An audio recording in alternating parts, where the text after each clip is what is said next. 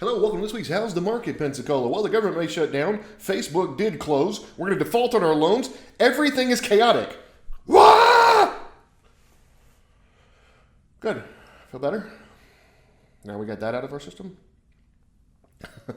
All right, so what was real? Facebook did close yesterday. They did get shut down for a few hours. Instagram, WhatsApp, everything under the Facebook umbrella did close. They're talking about it. The whistleblower thing is everything on the news. I'll let you go to a different show to talk about that. I'm not going to talk about that. What I am going to talk about is not the defaults, although that may change our credit if we don't make our payment now in December by raising the credit limit, which we're going to have to do, but we're going to need to cut some spending as well.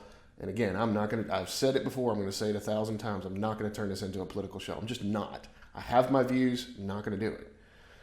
But what I am seeing, mortgage bonds, treasuries, the 10-year yield. Now you're starting to get into my world because you start having a 10-year yield, it impacts mortgage rates. We're starting to see an increase in mortgage rates. Do I think they're going to be significant to where we're going to go, from the 3s or the 2s to the 5s by Christmas? No. But we're going to start to see that march ever so slowly.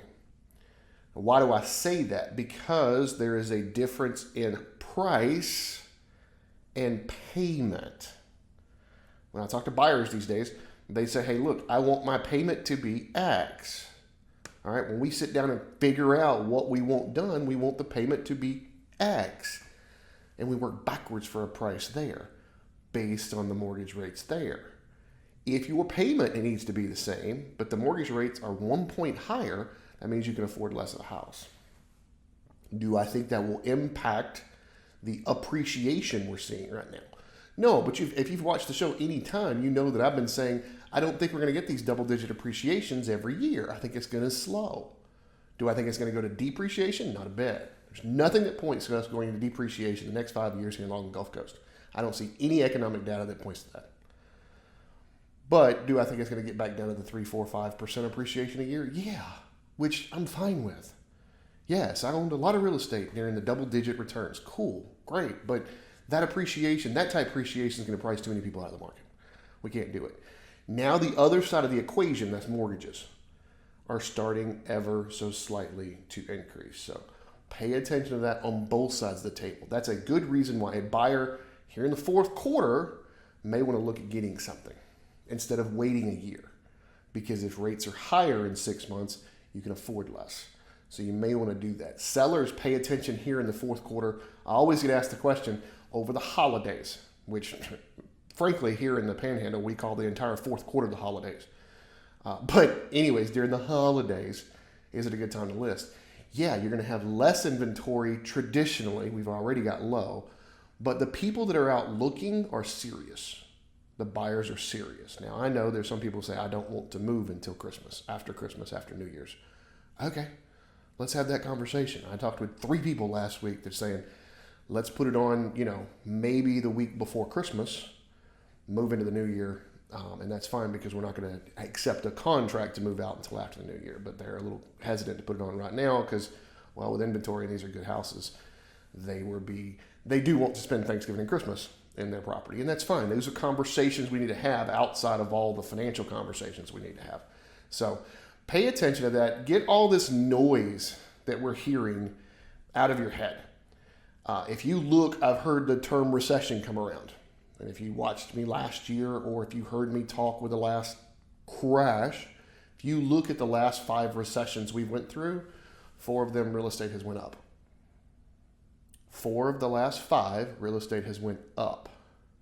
1 of them, it went up very slightly, but 4 of the last 5, they went up. It was just the last one, the crash in 08, 09, 10, that real estate went down, and that's because real estate led, I think is the word that we're talking about, led the crash, the economic recession. So get a lot of this noise out of your head. This is not 06 all over again. I don't think that we're going to default on our loans. I don't think that we're going to have a rating that's going to be different. I think that all the stuff that's happening up in DC will miraculously work itself out within hours of it happening so that the drama continues. But get a lot of that stuff out of your head right now. Now, as far as Facebook is concerned, I don't know. Out of my realm. But do pay attention to the 10-year treasuries. Or better yet, just make sure you subscribe to this show and I'll pay attention for you. All right. Let's talk about our two counties. Let's go.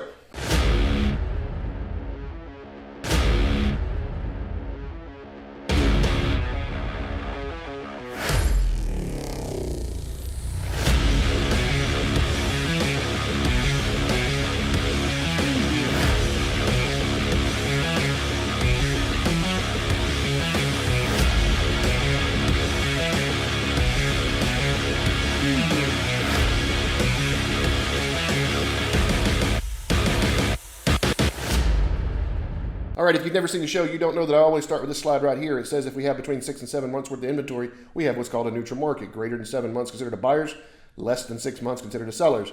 What the slide doesn't say, anything greater than 9 considered a hyper buyers, anything less than 3 considered a hyper sellers. Let's jump over to Escambia County. Again, nothing under $50,000. We don't even have lots under $50,000. Nothing. All the way up to $550,000 is a hyper seller's market. If this is the first time watching the show, over here is the price points. Over here is the month's inventory. That makes this slide make so much more sense. 550,000 to 600,000 looks like we've got 3.9. That actually has gone up some. It's 3.3 or 3.4 last week. So it's gone up some. So that price point now, and one of the reasons I bring this up and bring up the 5 different levels, all right, what type of markets we are, is because buyers have different purchase strategies and sellers have different seller strategies depending on the price point. Last week, if you noticed, I had said something about the 3.3 months, which is where this inventory was, 550,000 to 600. I had said something about that, saying that I would not market it different because it was so close to a hyper sellers. This goes over 4. We need to start changing our strategy just slightly. On both sides of the table. So pay attention to that price point. If you're looking at that price point, give me a call, because, or if you're looking to sell, either one, sell or buy in that price point, give me a call, because that price point's interesting. And then we go all the way up to 700,000. The luxury is 3.1, so it's not a hyper sellers, but it's so close to a hyper sellers that I would just call it a hyper sellers. All right, jump over here to Santa Rosa. And just like in Escambia County, nothing under 50,000. We have nothing. And everything is a hyper seller's market. 335 active in Santa Rosa County, which is a little lower than it was last week. 586 active in Escambia County, which is about the same as it was last week. So we've been dealing with low inventory for a while, and now we're coming into the quarter where it's traditionally lower. So I think these are probably going to be close to the same for most of the quarter, but like I said, the sellers and buyers that operate during the fourth quarter usually are much more serious. The negotiations are usually on point. There was a study done by the National Association of Realtors. Contracts that go under contract in the fourth quarter have a higher percentage of going all the way to closing. And I forget where it was. I'll see if I can find it and put a link to it. That's our numbers for this week. One thing I did want to bring up was our instant offer program. It seems to be getting a little bit of success lately. Had some people call me on it. What that is if you got a property, you need some work, you inherited it, don't want to do something. You want to get an idea of what an investor would pay you to close quick, like 10 days quick, like a week, right? So I have a deal right now I'm closing this week. I think I told you guys about it. It was an instant offer because there was hey, we have to get out or else. They waited until the very last minute of a foreclosure because of death in the family, and there's a whole bunch of mitigating factors, but they had to get out or else they were going to lose property. So we needed an investor offer. The good reason about talking to me about an instant offer is because I can come in and tell you what the instant offer looks like, what an investor would give you, and I have a conglomerate behind me, so I can make those offers almost immediately. And then if you got time and you want to test to see if you can get higher than that, we can talk about that. And I've had 6 people that have tested to see if they can get higher. They all did. They all did. I listed the property for them, put it on the market, got them higher. Got them more. Very happy for them. All right, there was a couple that I really wanted as rentals. But you know what? I'll go find another one. I've been doing this long enough to where I know I can just go find another one. I would much rather have a happy client, which I did. They got more than I could offer as an investor. When you talk to these investors, they're wanting you to take the instant offer. They don't want you to consider the market. Okay? Now, flip that.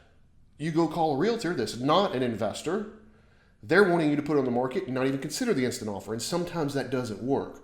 Sometimes there's things they're going to want you to do. Hey, we need you to fix all this. Okay. I don't have the funds to do that, or there's too much, or I had one guy call me and said, I had inherited this property and I haven't been in Florida in 20 years. I don't even know where it's at. But, can you go take some pictures and let's come up with a plan? And we did. And it was a great deal all the way around. But anyways, I can give you both worlds. So that instant offer program lets me allow you to see what an investor would offer you.